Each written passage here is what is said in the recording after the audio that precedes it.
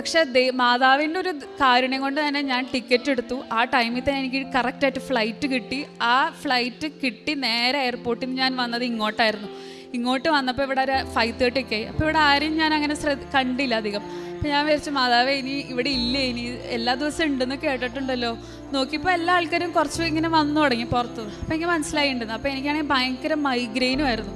അപ്പം ഞാനാണെങ്കിൽ ദൈവമേ മാതാവേ എനിക്ക് മൈഗ്രെയിൻ വന്നു തുടങ്ങി, ഞാനിനി എങ്ങനെ കോൺസെൻട്രേറ്റ് ചെയ്ത് ഇവിടെ ഇരിക്കും, എങ്ങനെയെങ്കിലും ഇത് കുറച്ച് നേരത്തേക്ക് ഒന്ന് മാറി കിട്ടിയിരുന്നെങ്കിൽ എന്ന് വിചാരിച്ചിരിക്കുന്ന സമയത്ത് എന്താണെന്നറിയാം, ഞാൻ വെള്ളം കുടിച്ചു കഴിഞ്ഞതിന് ശേഷം എനിക്ക് ഭയങ്കര ഒരു എനർജറ്റിക് ഫീൽ ആയിരുന്നു. ഞാൻ ഒന്നും കഴിച്ചിട്ടില്ല, ഫ്ലൈറ്റിൽ നിന്ന് പോലും ഞാൻ ഒന്നും കഴിച്ചിട്ടില്ല.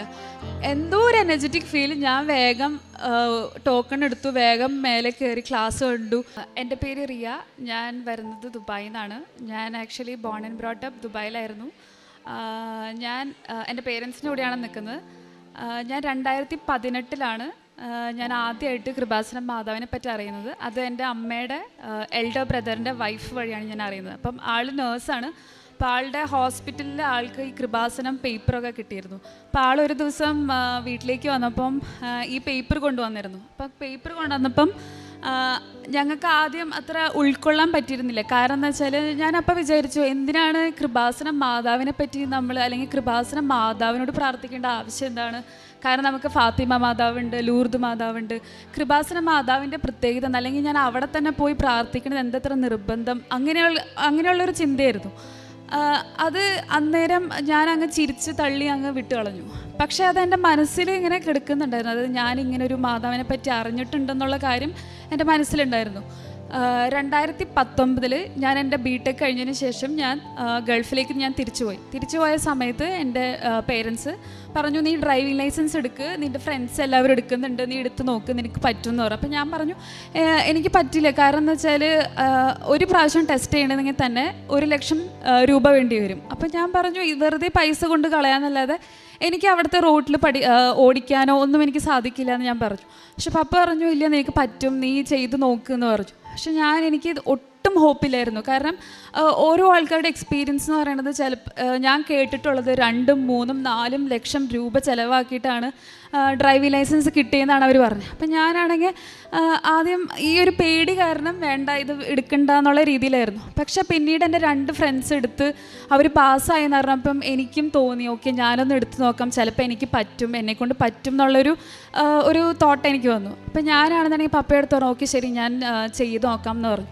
അങ്ങനെ ഞാൻ ചെയ്ത് നോക്കിയപ്പം ഞാൻ അന്ന് പോയപ്പോൾ എനിക്ക് ഭയങ്കര കോൺഫിഡൻസ് ആയിരുന്നു. കാരണം എന്ന് വെച്ചാൽ ഓക്കെ ഞാൻ യങ്ങസ്റ്റ് ആണ്, എനിക്ക് ഓർമ്മയുണ്ടാവും, എല്ലാ കാര്യങ്ങളും ചെയ്യാനായിട്ട് എനിക്ക് ഭയങ്കര കോൺഫിഡൻസ് ആയിരിക്കും, അല്ലെങ്കിൽ ഞാൻ തെറ്റിക്കില്ല എന്ന കുറച്ച് ഓവർ കോൺഫിഡൻസ് തന്നെയായിരുന്നു. ആ ഒരു കോൺഫിഡൻസിൻ്റെ ബേസിസിൽ തന്നെ ഞാൻ ഫസ്റ്റ് ടെസ്റ്റിന് ഞാൻ പോയ ആ ഒരു ടൈമിൽ മറ്റുള്ള എല്ലാവരും കണ്ടപ്പോൾ എനിക്ക് പേടിയായി. ലാസ്റ്റ് ഞാൻ പാർക്കിംഗ് ടെസ്റ്റ് ഞാൻ തെറ്റിച്ചു. അപ്പോൾ എനിക്ക് ഭയങ്കര വിഷമമായി. കാരണം ഞാൻ ദൈവമേ ഇത്രയും പൈസ കൊണ്ടുപോയിട്ട് ഞാൻ തന്നെ കൊണ്ട് കളഞ്ഞല്ലോ, ഇനി ഞാൻ വീട്ടിൽ പോകുമ്പോൾ ഞാൻ അവരെങ്ങനെ ഫേസ് ചെയ്യും എന്നുള്ള ഭയങ്കര ഒരു വിഷമവും സങ്കടവും ഭയങ്കരമായിരുന്നു. ഞാൻ എൻ്റെ പപ്പയെടുത്ത് പറഞ്ഞു ഞാനിനി 2ാമത് ഞാൻ പോകുന്നില്ല, എനിക്ക് താല്പര്യമില്ല. പപ്പ പറഞ്ഞില്ല നീ ഒന്നുകൂടി ചെയ്ത് നോക്കുന്ന എനിക്ക് പറ്റുമെന്ന് പറഞ്ഞു. പക്ഷെ ആ ഒരു വിഷമത്തിൻ്റെ ഇതിൽ നിന്ന് എനിക്ക് മാറി നിൽക്കണം എന്ന് എനിക്ക് തോന്നി. കാരണം അത്രയും വിഷമിച്ചു പോയി. അപ്പോൾ ആ സമയത്ത് എൻ്റെ ഒരു ഫ്രണ്ടിൻ്റെ കല്യാണം ഉണ്ടായിരുന്നു. അപ്പോൾ ഞാൻ വിചാരിച്ചു ഓക്കെ നാട്ടിൽ പോയി മൈൻഡൊക്കെ ഒന്ന് ഫ്രഷ് ആയിട്ട് തിരിച്ചു വരാം.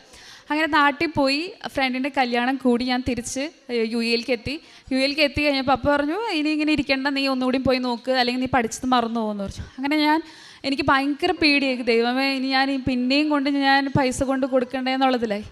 അങ്ങനെ ടെസ്റ്റിൻ്റെ ഡേറ്റ് വന്ന ആ ടൈമിൽ പെട്ടെന്ന് എന്താണെന്നറിയില്ല ഞാൻ അന്നേരം കൃപാസനം പേപ്പറോ അന്ന് ഞാൻ ചിരിച്ച് തള്ളിയ ആ ഒരു കാര്യം മാത്രമേ എനിക്ക് ഓർമ്മയുള്ളൂ. വേറെ ഒന്നും ഞാൻ കണ്ടിട്ടില്ല. ഒരു പേപ്പറോ അല്ലെങ്കിൽ ഒരു പ്രെയർ ബുക്കോ ഒന്നും, ഒരു മെഴുകുതിരിയോ ഒന്നും എനിക്കറിയില്ല. പക്ഷെ പെട്ടെന്ന് ഞാൻ എക്സാമിൻ്റെ അതായത് ടെസ്റ്റിൻ്റെ അന്ന് ഞാൻ വെളുപ്പിന് എനിക്ക് തലേദിവസം എനിക്ക് എന്തോ ഒരു ഓർമ്മ വന്നു ഓക്കെ ഞാൻ കൃപാസനം ഒന്ന് പ്രാർത്ഥിച്ച് നോക്കിയാലോ, ചിലപ്പോൾ എൻ്റെ മാതാവ് സഹായിച്ചാലോ എന്നുള്ളൊരു തോട്ട് എനിക്ക് വന്നു. ഞാനൊരു 5:30 ആയപ്പോൾ അതിനകത്ത് 5:30 എന്നുള്ളൊരു സമയം കണ്ടിരുന്നു. അപ്പോൾ ഞാൻ വിചാരിച്ചു ഓക്കെ 5:30 അന്ന് എനിക്ക് ഉടമ്പടി എന്താണെന്നോ അല്ലെങ്കിൽ ഇങ്ങനെ മെഴുകുതിരി കത്തിച്ച് പ്രാർത്ഥിക്കണമെന്നോ ഒന്നും എനിക്കറിയില്ലായിരുന്നു. ഞാൻ എന്നിട്ട് ഒരു 5:30 ആയപ്പോൾ ഞാൻ എണീറ്റ് ഞാൻ പ്രാർത്ഥന ചൊല്ലി ഞാൻ പിന്നെയും പോയി കിടന്നുറങ്ങി. കിടന്നുറങ്ങിയിട്ടും എനിക്ക് ഉറക്കം വരുന്നില്ല. ഒരു 7 മണിയായപ്പോൾ ഞാൻ ഡ്രൈവിംഗ് സ്കൂളിലെത്തിയപ്പോൾ എനിക്ക് പിന്നെയും ഒരു അറ്റാക്ക് വരുന്ന പോലെയായിരുന്നു. കാരണം എന്താ വെച്ചാൽ അവിടെ കാൻഡിഡേറ്റ്സ് ആയിട്ട് വന്നുള്ള എല്ലാവരും അറബ്സ് ആയിരുന്നു, ഞാൻ മാത്രം ഒരു ഇന്ത്യൻ. അപ്പോൾ അന്നേരം ഞാൻ കേട്ടിട്ടുണ്ട് അവരുടെ രാജ്യത്തുള്ള ആൾക്കാർ തന്നെ വരുമ്പോൾ അവരൊരു പക്ഷെ അവരെ ജയിപ്പിച്ച് വിടാൻ ചാൻസ് ഉണ്ട്, എന്നെപ്പോലുള്ള ആളെ ഫെയിലാക്കാൻ ചാൻസ് ഉണ്ട്. അവരാണെന്നുണ്ടെങ്കിൽ ഭയങ്കര ഓവർ കോൺഫിഡൻസും ഭയങ്കര അവരുടെ ആ ഒരു കോൺഫിഡൻസ് ലെവൽ കണ്ടപ്പോൾ എൻ്റെ എല്ലാ കോൺഫിഡൻസും പോയി. ഞാനാണെന്നുണ്ടെങ്കിൽ ഓക്കെ അതൊന്നും നോക്കണ്ട, എൻ്റെ കയ്യിലുള്ള PDF ഒരു പ്രെയർ ഉണ്ടായിരുന്നു കൃപാസനത്തിൻ്റെ, ഞാനത് ജസ്റ്റ് ഒന്ന് എത്തിച്ചു. അത് കഴിഞ്ഞ് ഞാൻ അവിടെ ഇരുന്നു. മനസ്സിലാണെങ്കിൽ ഭയങ്കര പേടിയായിരുന്നു. ഡ്രൈവിംഗ് ടെസ്റ്റിന് വേണ്ടി ഞാൻ ബസ്സിനകത്ത് കയറിയ സമയത്ത് ഞാൻ നോക്കും ബാക്കിയുള്ള എല്ലാവരും കൂളായി ബസ്സിനകത്ത് കയറിയിരുന്നു. ഞാനാണെങ്കിൽ വിറച്ചിട്ട് എനിക്ക് തന്നെ അറിയില്ല എന്തായിരുന്നു എൻ്റെ സിറ്റുവേഷൻ എന്ന്. ഞാൻ ടെസ്റ്റിന് വേണ്ടി പോയി കഴിഞ്ഞ് അവരെല്ലാവരും ഓടിച്ചതിന് ശേഷം ലാസ്റ്റ് വൺ ഞാനായിരുന്നു. അവർ ഭയങ്കര ഹാപ്പി ആയിരുന്നു. അവർ ഓടിച്ച് കഴിഞ്ഞ് തിരിച്ചെത്തി കഴിഞ്ഞപ്പം ഞാൻ പോയി ഇരുന്ന ആ സമയത്ത് എനിക്ക് ഭയങ്കര ഒരു ഹോപ്പായിരുന്നു. അതായത് ഞാൻ ജയിക്കും, ഞാൻ തെറ്റിക്കില്ല. അതേപോലെ തന്നെ സംഭവിച്ചു, ഞാൻ തെറ്റിച്ചേയില്ല.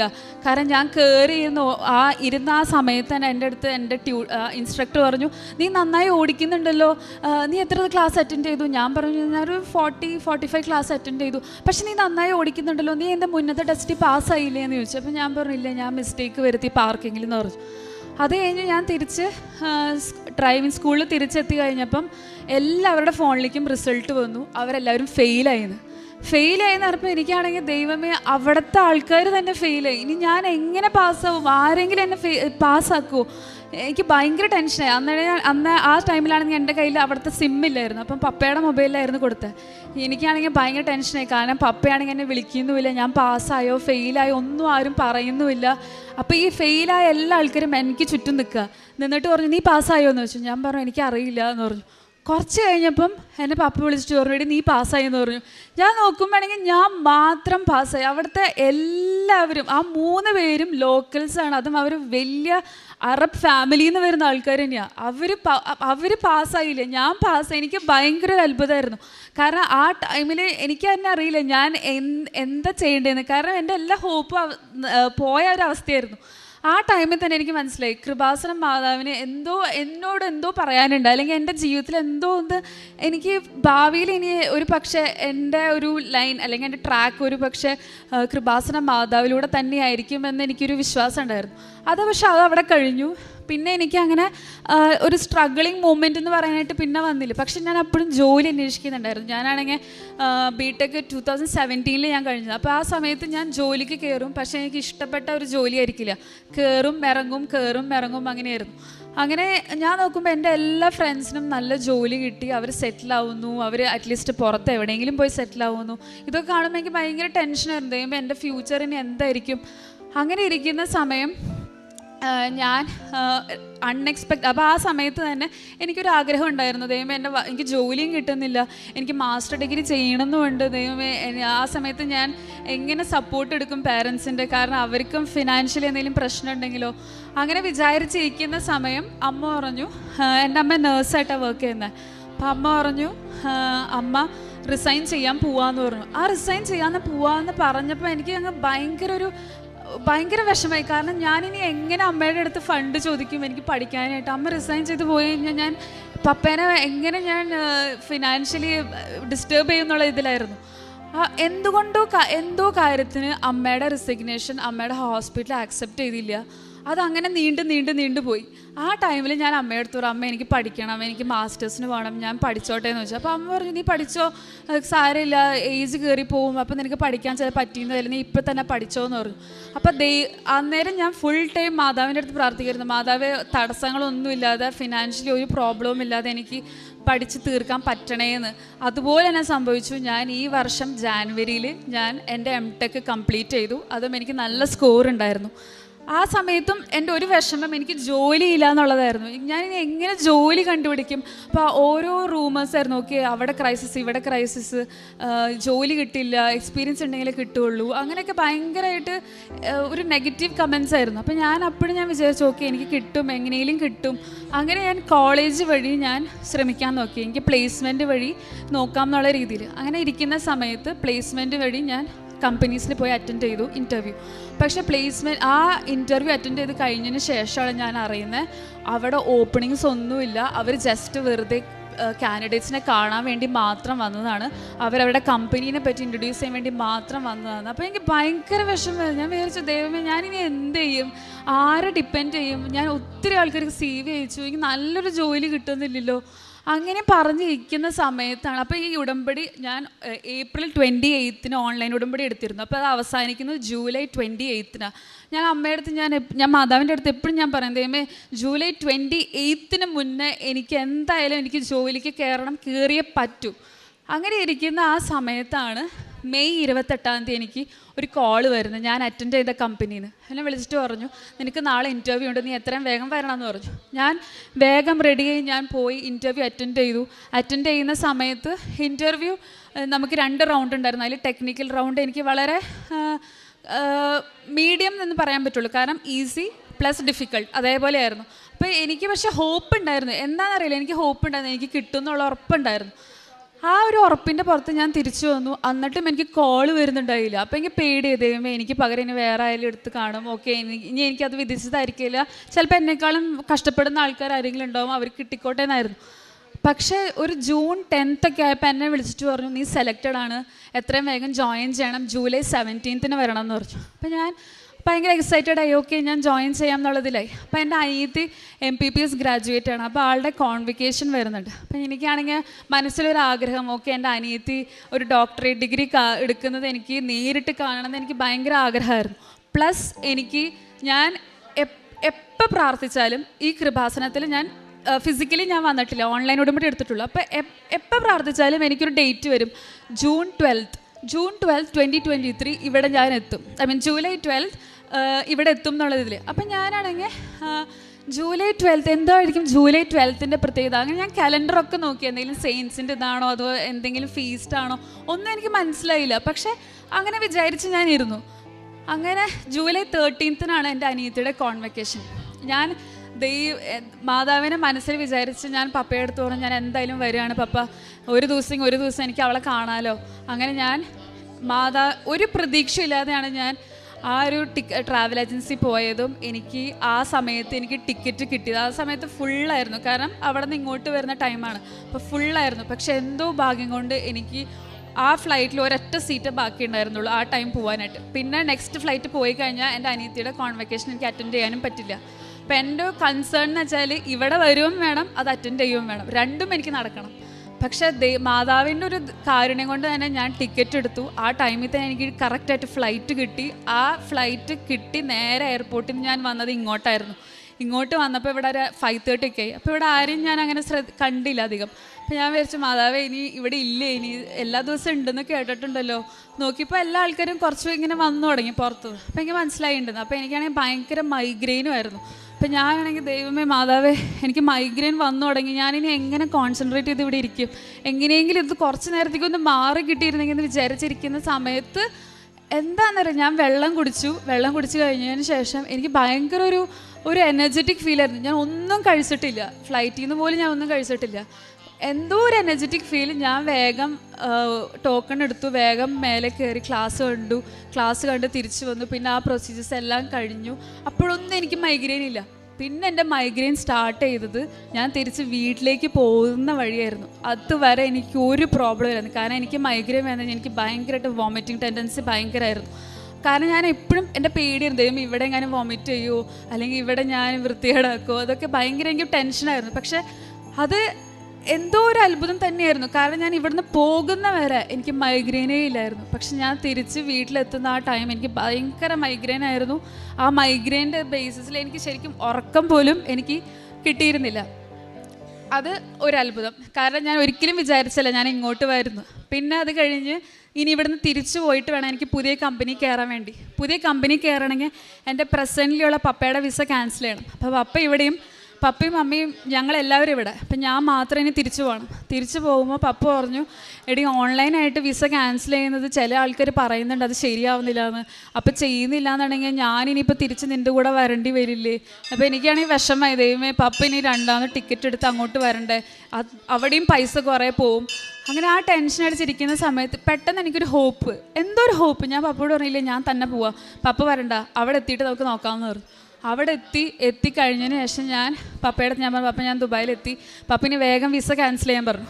വിസ ക്യാൻസൽ ചെയ്യുന്ന സമയത്ത് പപ്പ പറഞ്ഞു എടി ഇത് ശരിയാവുന്നില്ല. എനിക്കാണെങ്കിൽ ഭയങ്കര വിഷമമായി, കാരണം പിറ്റേ ദിവസം എനിക്ക് വിസ ക്യാൻസൽ ചെയ്തുകൊണ്ട് വേണം എനിക്ക് പോകണമെങ്കിൽ. പപ്പ പറഞ്ഞു എടി ശരിയാവുന്നില്ല. അങ്ങനെ ഞാൻ അനിയത്തി എടുത്തു പറഞ്ഞു എടി പപ്പേനെ ഒന്ന് ഹെൽപ്പ് ചെയ്യുക, എന്തെങ്കിലും ചെയ്യാനുണ്ടെങ്കിൽ. അവൾ പറഞ്ഞു ചെയ്തു, പക്ഷെ ശരിയാവുന്നില്ല എന്ന് പറഞ്ഞു. ഞാനാണെങ്കിൽ മാതാവിൻ്റെ അവിടെ പോയി, എൻ്റെ റൂമിൽ കൃപാസന മാതാവിൻ്റെ പ്രയറും ഫോട്ടോയും ഉണ്ട്. ഞാൻ അവിടെ പോയി ഇന്ന് ഞാൻ ഭയങ്കര കരച്ചിലായിരുന്നു. ദൈവം ഇതെങ്ങനെയൊന്ന് ക്യാൻസൽ ചെയ്ത് കിട്ടിയാൽ മതി, ആ നമ്പറെങ്കിലും കിട്ടിക്കഴിഞ്ഞാൽ എനിക്ക് പുതിയ ഓഫീസിലെങ്കിലും എനിക്ക് പോവാം. അങ്ങനെ വിചാരിച്ചിരിക്കുന്ന സമയത്താണ് പപ്പ വിളിച്ചിട്ട് പറഞ്ഞത് എടി ഇത് ക്യാൻസലായി, നമ്പർ കിട്ടി, നീ വേഗം നമ്പർ കൊണ്ട് കൊടുത്തോ, നിനക്ക് കയറാൻ പറ്റുമെന്ന് പറഞ്ഞു. അങ്ങനെ കയറി കഴിഞ്ഞപ്പോൾ ഞാൻ എപ്പോഴും വിചാരിക്കുന്നത് ദൈവം എനിക്ക് നല്ലൊരു ജോലി കിട്ടി കഴിഞ്ഞാൽ എൻ്റെ ഫ്രണ്ട്സിനെയും കൂടി എനിക്ക് ഹെൽപ്പ് ചെയ്യാമല്ലോ എന്നുള്ള രീതിയിൽ ഞാൻ എപ്പോഴും ചിന്തിക്കുമായിരുന്നു. അപ്പോൾ എൻ്റെ 2 ഫ്രണ്ട്സ് എപ്പോഴും ഭയങ്കര സ്ട്രഗിളിങ് ആയിരുന്നു. ആ 2 പേരും നോൺ ക്രിസ്ത്യൻസാണ്. അപ്പോൾ അതിലൊരു വ്യക്തി എന്ന് പറയണത് ആൾ എൻ്റെ അടുത്ത് എപ്പോഴും പറയും എടി ഞാൻ 2 വർഷമായി ജോലി അന്വേഷിക്കണം, ഈ ജോലി ഉണ്ട് പക്ഷേ എനിക്ക് ഈ ഇപ്പോഴുള്ള ജോലി എന്ന് പറയുന്നത് ഭയങ്കര മാനസിക പീഡനമാണ്, നീ എങ്ങനെയെങ്കിലും ഒരു ജോലി നിനക്ക് ഹെൽപ്പ് ചെയ്യാൻ പറ്റുമെന്ന് വെച്ചു. അപ്പം ഞാനാണെങ്കിൽ വിചാരിച്ചു ദൈവമേ പുതിയ കമ്പനിയിൽ വെറും 3-4 ദിവസം എത്തിയിട്ടുള്ളൂ, ഞാൻ എന്ത് പറഞ്ഞാലും അവരെന്നെ ഞാൻ പറയുന്ന ഒരാളെ റെഫർ ചെയ്യുക, കാരണം എനിക്ക് അവിടെ ആരും അറിയില്ല, അവർക്ക് തന്നെ എന്നെ അറിയില്ല, ഞാൻ പോയി പറയും. അങ്ങനെ ഞാൻ നോക്കിയപ്പോൾ ഒരു വേക്കൻസി ഉണ്ടായിരുന്നു, ഒരു പ്രൊജക്ട് മാനേജ്മെൻറ്റ് പൊസിഷനിൽ, എന്നെക്കാളും ഹയർ പൊസിഷനാണ്. അപ്പോൾ ഞാൻ വിചാരിച്ചു ദൈവമേ കിട്ടിയ ഭാഗ്യം നല്ലതായിരുന്നു എന്നുള്ള രീതിയിൽ ഞാൻ ചിന്തിച്ചു. പിന്നെ ഞാൻ HR ഓഫീസിൽ ചെന്നപ്പോഴാണ് മനസ്സിലായത് ആ പൊസിഷൻ അവരൊരു 100 പേരെങ്കിലും ഇൻ്റർവ്യൂ ചെയ്ത് റിജക്റ്റ് ആക്കി സൈഡിലേക്ക് ആ CV മാറ്റിയിട്ടേക്കായിരുന്നു. അപ്പോൾ ഞാൻ ചോദിച്ചു ഈ CV എന്തെങ്ങനെ ഇരിക്കുന്നത്, അപ്പോൾ അവർ പറഞ്ഞു ഇതൊക്കെ യൂസ്ലെസ് ആണ് അങ്ങനെ പറഞ്ഞു. അപ്പോൾ ഞാൻ ദൈവമേ യൂസ്ലെസ് ദൈവമേ ഞാനിനി കൊണ്ടുവരുന്ന CV കൺസിഡർ ചെയ്യൂ, അപ്പം എന്തുതന്നെയാണെങ്കിലും പോട്ടെ, ഞാൻ HR അടുത്ത് പോയി ചോദിക്കാമെന്ന് വിചാരിച്ചു. HR ഞാൻ പറഞ്ഞു ഞാനൊരാളെ റെഫർ ചെയ്താൽ നിങ്ങൾക്ക് എടുക്കാൻ പറ്റുമോ എന്ന് ചോദിച്ചു. അപ്പോൾ പറഞ്ഞു അതിനെന്താ അറിയാം നോക്കാമെന്ന് പറഞ്ഞു. പക്ഷെ അന്നേരം എനിക്ക് ഹോപ്പില്ലായിരുന്നു, കാരണം ഞാൻ എന്ന് പറയുന്നത് വെറും 3-4 ദിവസമുള്ളൂ ആ ഓഫീസിലെത്തിയിട്ട്. അവർക്ക് തന്നെ എന്നെ അറിയില്ല ഞാൻ എങ്ങനത്തെ ആളാണ്, അല്ലെങ്കിൽ ഞാൻ എങ്ങനെ വർക്കിംഗ് ആയിട്ടുള്ള ആളാണോ, ക്യാരക്ടർ എങ്ങനെയാ ഒന്നും അറിയില്ല. പക്ഷെ അവരെന്നെ ഞാൻ പറഞ്ഞ ഇത് കൺസിഡർ ചെയ്തു. എൻ്റെ ഫ്രണ്ടിനെ വിളിച്ചതിന് ശേഷം പറഞ്ഞു നാളെ നിനക്ക് ഇൻ്റർവ്യൂ ഉണ്ട് വരാൻ പറഞ്ഞു. അവർ വന്നു. അപ്പോൾ ആ സമയത്തൊക്കെ ഞാൻ എൻ്റെ ഫ്രണ്ടിൻ്റെ അടുത്ത് ഞാൻ പറയുന്നത് നീ നന്നായി പ്രാർത്ഥിച്ചോ, ഞാൻ എൻ്റെ കാറിൽ ഞാൻ ഇവിടുത്തെ ഉപ്പ് ഞാൻ പ്രാർത്ഥിച്ചിടാം, നന്നായി പ്രാർത്ഥിച്ചു. അതുപോലെ ഫയലിൽ ആ CV വെച്ചാണ് ഫയലിനകത്ത് ഞാൻ ഉപ്പിട്ട് ഞാൻ പ്രാർത്ഥിച്ചു, നന്നായി പ്രാർത്ഥിച്ചു. അപ്പോൾ ആളൊരു അക്രൈസ്തവനായിട്ട് പോലും എൻ്റെ ആ ഒരു വിശ്വാസം കണ്ടപ്പോൾ ആൾ ശരിക്കും അതൊരു ഇൻഫ്ലുവൻസ്ഡ് ആയി തന്നെ പറയും. കാരണം ആൾക്ക് ക്രിസ്തീയ വിശ്വാസം ഇഷ്ടം തന്നെയാണ്, പക്ഷേ ഇത്രയും ഉള്ളൊരു ഇഷ്ടം, അതായത് എനിക്ക് ദൈവത്തോടുള്ള അല്ലെങ്കിൽ മാതാവിനുള്ള ഇഷ്ടം ആൾ ശരിക്കും അതിശയിച്ചു പോയി, ദൈവത്തിന് ഇങ്ങനെ സ്നേഹിക്കാൻ പറ്റുമോ എന്നുള്ളതിൽ. അപ്പോൾ ആൾ എൻ്റെ അടുത്ത് പറഞ്ഞു ഓക്കെ നിൻ്റെ ആ ഒരു വിശ്വാസം തന്നെ എനിക്ക് ഭയങ്കരമായിട്ടൊരു എനർജിയെ തരുന്നത്, ഞാനും പ്രാർത്ഥിക്കാം. അങ്ങനെ ആളും ഓൺലൈൻ ഉടമ്പടി എടുത്തിരുന്നു. ആൾക്ക് ഒന്നും അറിയില്ല എന്താ ചെയ്യേണ്ടതെന്നൊന്നും, പക്ഷെ ആളത് ചെയ്തു. ആൾ ഡെയിലി എനിക്ക് ഉറപ്പാണ്, കാരണം ആൾ കറക്റ്റ് 5:00 എണീക്കും, അതുപോലെ തന്നെ വൈകിട്ട് സായാഹ്ന പ്രാർത്ഥനയും കറക്റ്റായിട്ട് മുടങ്ങാണ്ട് ആൾ എത്തിക്കുമായിരുന്നു. അപ്പം ഞാൻ ആദ്യമൊന്നും വിശ്വസിച്ചിരുന്നില്ല ആളിങ്ങനെ എത്തിക്കുന്നുണ്ടെന്നുള്ള കാര്യം. പിന്നീട് ഞാൻ മാതാവിനോട് ഒരു ദിവസം ഞാൻ പ്രാർത്ഥിക്കുന്ന സമയത്ത് ഞാൻ മാതാവിനോട് പറയും മാതാവേ ഈ ജോലി കിട്ടി കഴിഞ്ഞാൽ ഉറപ്പായിട്ടും ഞാൻ വിശ്വസിക്കും ആ വ്യക്തിയും ഇതേപോലെ തന്നെ പ്രാർത്ഥിക്കുന്നുണ്ടെന്ന് ചുമ്മാ ജസ്റ്റ് പറഞ്ഞതാണ്. പക്ഷേ നെക്സ്റ്റ് ഡേ ആളെ HR വിളിച്ചിട്ട് പറഞ്ഞു നിനക്ക് ജോലി കിട്ടി, പ്രൊജക്ട് മാനേജ്മെൻറ്റ്, അതും ഒരു പെർ മന്ത് തന്നെ ആൾക്കൊരു നിയർലി 2 lakhs അടുത്തോളം ശമ്പളം ഉണ്ട്. അപ്പോൾ ആൾക്ക് അത് ഭയങ്കര ഒരു എന്താ പറയുക എക്സൈറ്റിംഗ് മൂമെൻറ്റ് തന്നെ പറയും. കാരണം മുന്നത്തെ കമ്പനി എന്ന് പറയുന്നത് ഒരു പീഡനമായിരുന്നു ശരിക്കും. അവിടെ ആൾക്ക് ഓഫർ ചെയ്ത സാലറിന്ന് കട്ട് ചെയ്യുക, അനാവശ്യമായിട്ട് കുറയ്ക്കുക, പല എക്സ്ക്യൂസസ് പറഞ്ഞ് കട്ട് ചെയ്ത്, പിന്നെ ഡേ ആൻഡ് നൈറ്റ് വർക്ക് ചെയ്യിപ്പിക്കുക, ലീവില്ല, വീക്കെൻഡ് ഇല്ല, ഒന്നുമില്ലായിരുന്നു. അപ്പോൾ ഇവിടെ ആൾ ഭയങ്കര ഹാപ്പിയാണ്. ആൾ തിരിച്ചു വന്നു, ആൾ ആ ഓഫീസിൽ നിന്ന് ഇങ്ങോട്ട് തിരിച്ചു വന്നു. അത് കഴിഞ്ഞതിന് ശേഷം ആൾ എൻ്റെ അടുത്ത് പറഞ്ഞു ഞാൻ തീർച്ചയായിട്ടും കൃപാസനത്തേക്ക് ഞാൻ വരും, ഫിസിക്കലി ഇവിടെ വരും, ഞാൻ ഒന്നുകൂടി ഞാൻ ഉടമ്പടി എടുക്കും, സാക്ഷ്യം പറയും എന്നുള്ളതിൽ. പിന്നെ വേറൊരു ഫ്രണ്ട് എന്ന് വെച്ചാൽ പുള്ളിക്കാരി ഒരു ഹൈന്ദവ വിശ്വാസിയാണ്. ആളെന്ന് പറയണത് ആൾ വർക്ക് ചെയ്ത കമ്പനിയിൽ ആൾ വർക്ക് ചെയ്തിരുന്ന കമ്പനിയിൽ ഒത്തിരി ബുദ്ധിമുട്ടുണ്ടായിരുന്നു. അപ്പോൾ ആൾ എൻ്റെ അടുത്ത് പറഞ്ഞു, എടി എൻ്റെ CV ആരും ഷോർട്ട് ലിസ്റ്റ് ചെയ്യുന്നില്ല, എന്തെങ്കിലും പ്രശ്നമുണ്ടോയെന്ന് തോന്നുന്നു. അതാണെന്നുണ്ടെങ്കിൽ അവിടുത്തെ ഉടമസ്ഥൻ എപ്പോഴോ ആൾക്ക് എന്തോ പ്രസാദം കൊണ്ടു കൊടുത്തു. അപ്പോൾ എൻ്റെ അടുത്ത് പറഞ്ഞു, എടി ഈ പ്രസാദത്തിൽ എന്തോ ഉണ്ടെന്ന് തോന്നുന്നുണ്ട്, ഞാനത് കഴിക്കാറില്ല, ആൾ കൊണ്ടുവരുന്നൊന്നും തിന്നാറുമില്ല എന്ന് പറഞ്ഞു. അപ്പോൾ ഞാൻ പറഞ്ഞു, നീ അത് കൊണ്ട് കളഞ്ഞേക്കെന്ന് പറഞ്ഞു. അപ്പോൾ ഇവളത് കൊണ്ട് കളയാമെന്ന് പറഞ്ഞിരിക്കുന്ന സമയത്ത് ഇവളെടുത്ത് പറഞ്ഞു, നീ എനിക്ക് വേണ്ടി പ്രാർത്ഥിക്കുമോ, നീ മാതാവിനോട് പ്രാർത്ഥിക്കുന്നതിൽ നീ എനിക്ക് വേണ്ടി പ്രാർത്ഥിക്കുമെന്ന് വെച്ചു. അപ്പോൾ ഞാൻ പറഞ്ഞു പ്രാർത്ഥിക്കാമെന്ന് പറഞ്ഞു. അപ്പോൾ എൻ്റെ കയ്യിൽ അന്നേരം ആ സമയത്താണ് ഓർക്കുന്നത് ഈ ഉപ്പിൻ്റെ കാര്യം. ഉപ്പ് വേഗം എടുത്ത് ഞാൻ പറഞ്ഞു, എടി ക്ലീനിങ് ബോയ് ഒന്നും വരാത്ത ആ സ്ഥലത്ത് ഞാൻ പോയിട്ട് ഇത് കൊണ്ടിടാമെന്ന് പറഞ്ഞു. അങ്ങനെ ഞാനൊരു കബേർഡിൻ്റെ ബാക്കിൽ കൊണ്ടുപോയി ഞാൻ ഇട്ടു. അപ്പോൾ അന്നേരം ഈ ഉടമസ്ഥൻ തന്ന പ്രസാദം കയ്യിലിരിക്കുന്നുണ്ട്. ആ പ്രസാദം എന്താണെന്ന് പോലും അറിയില്ല, പക്ഷെ എന്തോ നമുക്ക് വേണ്ടാത്തൊരു കാര്യമാണെന്ന് തന്നെ നമുക്ക് മനസ്സിലായിരുന്നു. അപ്പോൾ ആൾക്ക് ഈ പ്രസാദം കൊടുക്കുന്ന സമയത്ത് ആൾ പറഞ്ഞിരുന്നു, ഇതിലെന്തോ പ്രാർത്ഥനകളൊക്കെ ചെയ്തിട്ടുള്ളതാണെന്നൊക്കെ. അതൊക്കെ എന്തെങ്കിലും ആയിക്കോട്ടെ എന്നുള്ള രീതിയിൽ, പക്ഷെ ഞങ്ങൾക്ക് മനസ്സിലായി അത് നല്ലതല്ല എന്ന്. അങ്ങനെ ഞങ്ങൾ ഈ പ്രസാദം അങ്ങനെ തന്നെ എടുത്ത് ദുബായിലൊരു മോളിൽ കൊണ്ടുപോയിട്ടു. അത് രാത്രിയാണ് കൊണ്ടിട്ടത്, ആരും കാണണ്ട, ഓക്കെ ഇനി ഓഫീസിലുള്ള ആരെയും കണ്ടാലോ എന്ന് വിചാരിച്ച് നമ്മളത് വേണ്ടാന്ന് വെച്ചാൽ അവിടെ കൊണ്ടുപോയി രാത്രി ഒരു 8 മണി 8:30 നേരത്ത് കൊണ്ടുപോയിട്ടു. വേസ്റ്റ് ബില്ല് കൊണ്ടുപോയിട്ട് ഞാൻ അപ്പോഴേക്കും ആ ഇടുന്നതിന് മുന്നേ തന്നെ ഇറങ്ങുന്ന ആ സമയത്ത് ഓഫീസിൽ ഞാൻ ഈ ഉപ്പ്, വിശ്വാസപ്രമാണം, നന്മ നിറഞ്ഞറിയുമൊക്കെ എത്തിച്ച് ഞാൻ അവിടെ ഒരു മൂലയ്ക്ക് കൊണ്ടിട്ടിരുന്നു.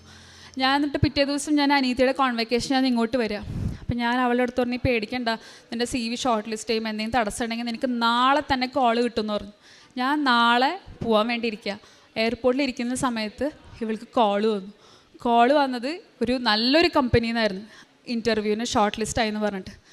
ആ മൊമെൻറ്റിൽ തന്നെ ആ പ്രസാദം തന്ന വ്യക്തി നാട്ടിലാണ്. അപ്പോഴേക്കും പ്രസാദം തന്ന ആൾ നാട്ടിൽ പോയി. ആ സമയത്ത് തന്നെ നാട്ടിൽ നിന്ന്, അതായത് ഒരിക്കലും കണ്ടിട്ടില്ല ഞങ്ങളവിടെ കൊണ്ടിടുന്നതോ ആൾക്ക് അറിയുക പോലുമില്ല.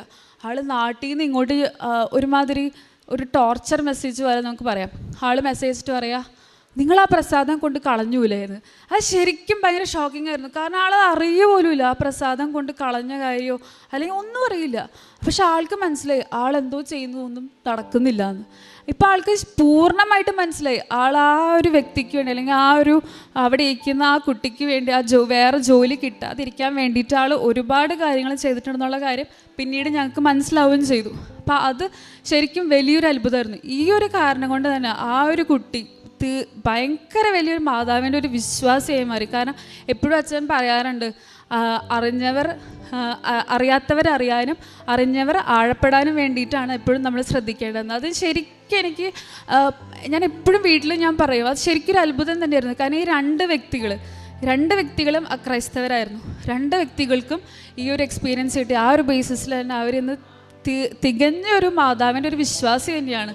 പിന്നെ എനിക്ക് എൻ്റെ ഞാൻ അനീതിയുടെ കോൺവെക്കേഷൻ പോയ സമയത്ത് അവിടെ ഇൻവൈറ്റ് ചെയ്ത ഗസ്റ്റ് ഓൾമോസ്റ്റ് ഒരു 2000 പേരുണ്ടായിരുന്നു. ആ 2000 പേരിൻ്റെ ഇടയിൽ എൻ്റെ ഫോൺ പോയ സമയത്ത് എനിക്ക് പിറ്റേ ദിവസം തിരിച്ച് പോരേണ്ട എൻ്റെ ഫോൺ പോയി. എൻ്റെ ലൈഫിൻ്റെ എന്തോ നഷ്ടപ്പെട്ട പോലെയായിരുന്നു. കാരണം എനിക്ക് HR മെസ്സേജ് ചെയ്യും, എന്തൊക്കെ ഇമെയിൽ വരും, ഒന്നും അറിയില്ല. ഫോൺ പോയി, ഞാൻ ഭയങ്കര ഡിപ്രസ്ഡായി.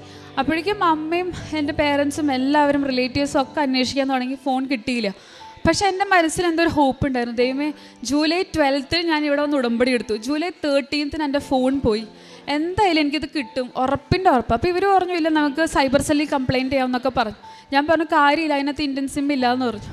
അങ്ങനെ ഇരിക്കുന്ന സമയത്ത് എന്തോ എൻ്റെ ഒരു കസിന് തോന്നി, ഓക്കെ അവിടെ സ്റ്റേജിലിരിക്കുന്ന ആളോടൊന്ന് അനൗൺസ് ചെയ്യാൻ പറയാം, ഇങ്ങനെ ഫോൺ കിട്ടിയിട്ടുണ്ടോ, ഒന്ന് തിരിച്ചു തരുമോ. ആ സമയത്തൊക്കെ ഞാൻ മാതാവിനോട് പ്രാർത്ഥിക്കായിരുന്നു, മാതാവേ ഞാൻ ഉടമ്പടി എടുത്ത് എന്നോട് ഇങ്ങനെ ചെയ്യണമായിരുന്നു, പക്ഷെ എനിക്ക് കിട്ടും ഇനി എനിക്ക് കൊണ്ടുതരണേന്ന് തന്നെയായിരുന്നു.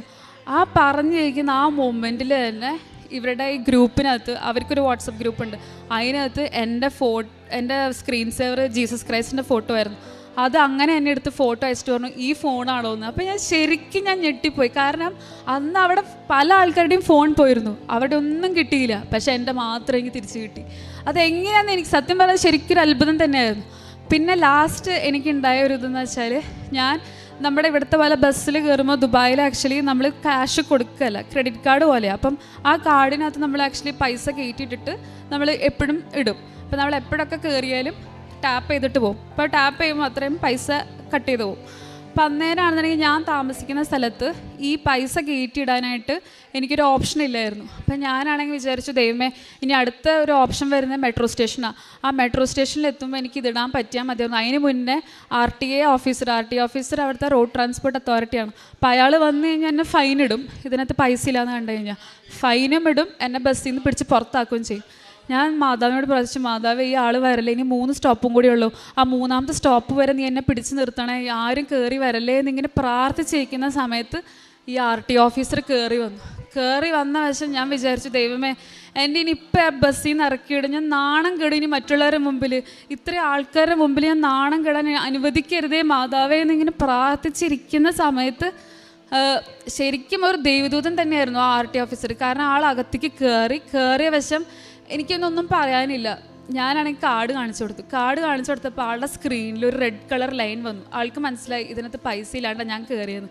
എൻ്റെ മുഖം കണ്ടപ്പോൾ ആൾ ഒന്നും പറഞ്ഞില്ല. ആൾ എൻ്റെ മുഖം നോക്കിയിട്ട് ഇങ്ങനെ പറഞ്ഞു, എന്നോട് കൈകൊണ്ട് ഇങ്ങനെ ആക്ഷൻ കാണിച്ചിട്ട് പറഞ്ഞു, അവിടെ ഇരുന്നോളാൻ. അപ്പം ഞാൻ ഞെട്ടിപ്പോയി. കാരണം തലേ ദിവസം വരെ ദുബായ് ആർ ടി ഓഫീസർ എന്ന് പറയുന്നത് പിടിച്ച പോലെ തന്നെ. കാരണം ആൾ പുറത്താക്കിയിട്ടേ ആൾ അവിടെ നിന്ന് പോവുള്ളൂ. പുറത്താക്കുകയും ചെയ്യും, നമ്മുടെ ID കാർഡ് എടുക്കും, ഫൈൻ വീഴും, ബ്ലാക്ക് മാർക്ക് പോലെയോ. ഞാൻ നോക്കിയപ്പോൾ ആൾ എൻ്റെ അടുത്ത് പറഞ്ഞു, അവിടെ ഇരുന്നോ. ഞാൻ ഞെട്ടിപ്പോയി. അപ്പോൾ എനിക്ക് ദൈവമേ ഇരിക്കണോ എന്നുള്ള രീതിയിലായി. കാരണം ഒരാളോടും പറയാത്തൊരു കാര്യമാണ്. ആളത് പറഞ്ഞു കഴിഞ്ഞ് ഞാൻ നോക്കുമ്പോഴാണെന്നുണ്ടെങ്കിൽ ആൾ പറഞ്ഞു, ഞാൻ ഉള്ളിലേക്ക് പോകാമെന്ന് പറഞ്ഞാൽ പോയി കഴിഞ്ഞപ്പോൾ എൻ്റെ അതേ പ്രായം തോന്നിക്കുന്ന ഒരു പെൺകുട്ടീനെ ആൾ പുറത്താക്കി. അപ്പം ഞാൻ വിചാരിച്ചു, ദൈവമേ, ആളെ പുറത്താക്കി, ഞാനിവിടെ നിൽക്കുക അതേ ഒരു തെറ്റ് ചെയ്തിട്ട് തന്നെ. ഞാൻ നോക്കിയപ്പോൾ ആ പെൺകുട്ടീനെ പുറത്താക്കി, ഞാൻ അകത്ത് നിൽക്കുന്നു. വണ്ടി ഓടിക്കുന്ന ഡ്രൈവറാണെങ്കിൽ ഞെട്ടിത്തെരിച്ച് നിൽക്കുക, എന്താ സംഭവിച്ചതെന്ന് അറിയില്ല. പുറത്ത് നോക്കുമ്പോൾ ആണെന്നുണ്ടെങ്കിൽ ആ ആർ ടി ഓഫീസർ മറ്റേ പെൺകുട്ടിയുടെ അടുത്ത് പറഞ്ഞു, നെക്സ്റ്റ് ടൈം ഇങ്ങനെ ചെയ്യരുത്, പൈസ കയറ്റിയിട്ട് വേണം കയറാനായിട്ട്. ഫൈനൊന്നും വാങ്ങിയില്ല, ആൾ തിരിച്ച് കയറിക്കോളാൻ പറഞ്ഞു. അപ്പോൾ ഈ ഡ്രൈവറാണെന്നുണ്ടെങ്കിൽ ആർ ടി ഓഫീസിൻ്റെ അടുത്ത് പറഞ്ഞു, ഈ കുട്ടിയുടെ കാര്യം എന്താ, ഈ കുട്ടീനെ പുറത്താക്കിയില്ലല്ലോ. അപ്പോൾ ആർ ടി ഓഫീസർ പറഞ്ഞു, അതിനെന്താ, ആ കുട്ടി പൊക്കോട്ടെ, അത് സാരമില്ല, പൊക്കോട്ടെ എന്ന് പറഞ്ഞു. ശരിക്കും ഒരു മാതാവിൻ്റെ അത്ഭുതം തന്നെയായിരുന്നു. കാരണം പിറ്റേ ദിവസം ഇതേ തെറ്റ് ആവർത്തിച്ച വേറൊരു വ്യക്തി ഉണ്ടായിരുന്നു. ആളെ പിടിച്ച് പുറത്താക്കി വഴിയിൽ ഇറക്കി വിട്ടു, അവർ പോയി. അത് ശരിക്കും എനിക്ക് അറിയിക്കാൻ വയ്യാത്തൊരു അത്ഭുതം തന്നെയായിരുന്നു. ഇത്രയും അനുഗ്രഹങ്ങൾ എനിക്ക് ചെയ്തു തന്ന മാതാവിനും ഈശോയ്ക്കും 1000 നന്ദി. കാരുണ്യ പ്രവൃത്തികളും ഒക്കെ ആയിട്ട് ഞാൻ ചെയ്തത്, ഞാൻ എബ്രോഡ് ആയതുകൊണ്ട് എനിക്ക് ഇവിടുത്തെ പോലെ എനിക്ക് അങ്ങനെ ഓർഫനേജ് പോവോ അങ്ങനെ ഉള്ളത് എനിക്ക് കുറവാണ്. അപ്പം ഞാൻ എന്താ ചെയ്യാറെന്ന് വെച്ചാൽ, എൻ്റെ കൈ നീട്ടി വരുന്ന എല്ലാവർക്കും ഞാൻ അറ്റ്ലീസ്റ്റ് എന്നാൽ കഴിയുന്ന സഹായം ഞാൻ ചെയ്യാറുണ്ട്. പിന്നെ പേപ്പർ കൊടുക്കുക, അവർക്ക് പറഞ്ഞ് മനസ്സിലാക്കുക, അവർക്ക് ധൈര്യം കൊടുക്കുക, അവർക്ക് വേണ്ടി പ്രാർത്ഥിക്കുക. പിന്നെ എൻ്റെ അമ്മ വഴി ഞാനൊരു ക്യാൻസർ പേഷ്യൻറ്റിന് ഞാൻ പൈസ അയച്ചു കൊടുത്തിരുന്നു അവിടുന്ന് തന്നെ. പിന്നെ ഈ ഫേസ്ബുക്കിൽ വരുന്ന ചില വീഡിയോസൊക്കെ ഉണ്ട്, അത് ജെനുവിൻ വൺസായിട്ട് തോന്നുന്ന, അതായത് നമുക്ക് അറിയാൻ പറ്റും ജെനുവിൻ ആണോ, നമ്മൾ വിളിച്ച് നോക്കുമ്പോൾ അറിയാൻ പറ്റും. അപ്പം അങ്ങനത്തെ 2-3 പേർക്കൊക്കെ ഞാൻ എൻ്റെ അനിയത്തിയുടെ ഗൂഗിൾ പേ വഴി ഞാൻ അയച്ചു കൊടുക്കാറുണ്ടായിരുന്നു. പിന്നെ ഡെയിലി കൊന്ത എത്തിക്കായിരുന്നു. ഞാൻ എത്ര ടയർഡ്, എനിക്ക് ശാരീരിക ബുദ്ധിമുട്ടുകൾ എനിക്ക് ഇടയ്ക്കിടയ്ക്ക് വരാറുണ്ട്. പക്ഷെ എന്നാലും ഞാൻ എത്ര ബുദ്ധിമുട്ടാണെങ്കിലും, ഞാൻ എത്ര ലേറ്റ് ആണെങ്കിലും ഞാൻ കൊന്ത എത്തിച്ചിട്ട് തന്നെ ഞാൻ കിടക്കാറുള്ളൂ. കാരണം ഞാൻ ഒറ്റയ്ക്കാണെങ്കിൽ പോലും ഞാൻ കൊന്ത എത്തിച്ചിട്ട് തന്നെ കിടക്കാറുള്ളൂ. പിന്നെ ബൈബിള് 30 മിനിറ്റ് വായിക്കുക. ചില സമയത്ത് എൻ്റെ ജോലിയുടെ സമയം കൊണ്ട് എനിക്ക് ചിലപ്പോൾ വായിക്കാൻ പറ്റാറില്ല. എന്നാലും ഞാൻ അറ്റ്ലീസ്റ്റ് ഒരു അധ്യായമെങ്കിലും മുഴുവനുമായിട്ട് ഞാൻ വായിച്ചിട്ടേ ഞാൻ ഉറങ്ങാറുള്ളൂ. ഇത്രയേ ഉള്ളൂ.